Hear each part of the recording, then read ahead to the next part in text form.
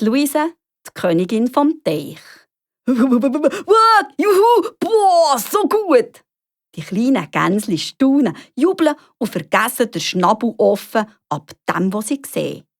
Die Gänsemannen strecken die Hälse noch länger als sonst, für nichts zu verpassen. Die Gänsefrauen, die schnattern laut und schauen beleidigt fort. Die Häsli stehen auf den Hinterläufen und machen das Männchen, so dass sie besser sehen, was geht. Und die Hühner mit ihrem Gückel wackeln aufgeregt mit dem Kopf, während sie begeistert mit den Flügeln wackeln. Das ist das Bild, das einem erwartet, wenn die Luise eine Diepholzergans im Teich ist. Diepholzergänse sind nicht so grosse, ganz weisse Gänse mit sehr blauen Augen, die ein orangiges Ringli drumherum haben. Leider gibt es von denen nicht mehr so viel. Darum ist es besonders gut, gibt es die Luise und ihre Gänseschar.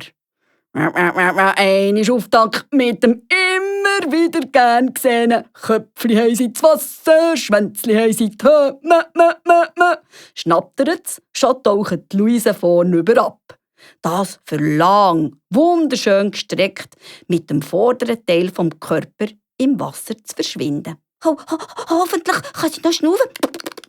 Angstet Luna, das weisse Häsli mit den roten Augen. Jetzt ist Luise aber schon ein bisschen lang abgetaucht. Hui, wer rettet sie? Ich kann nicht schwimmen, aber jemand muss.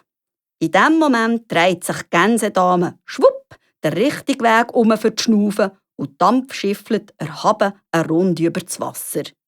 Ihre Flügel hat sie dabei leicht aufgeblustert, so dass sie fast zum Verwechseln wäre mit einem Schwan. In der Mitte des Teichs angekommen, schlägt sie so fest mit den Flügeln, dass es ihr die Beine und die Flossen fast zum Wasser auslüpft. Das sieht phänomenal schön aus.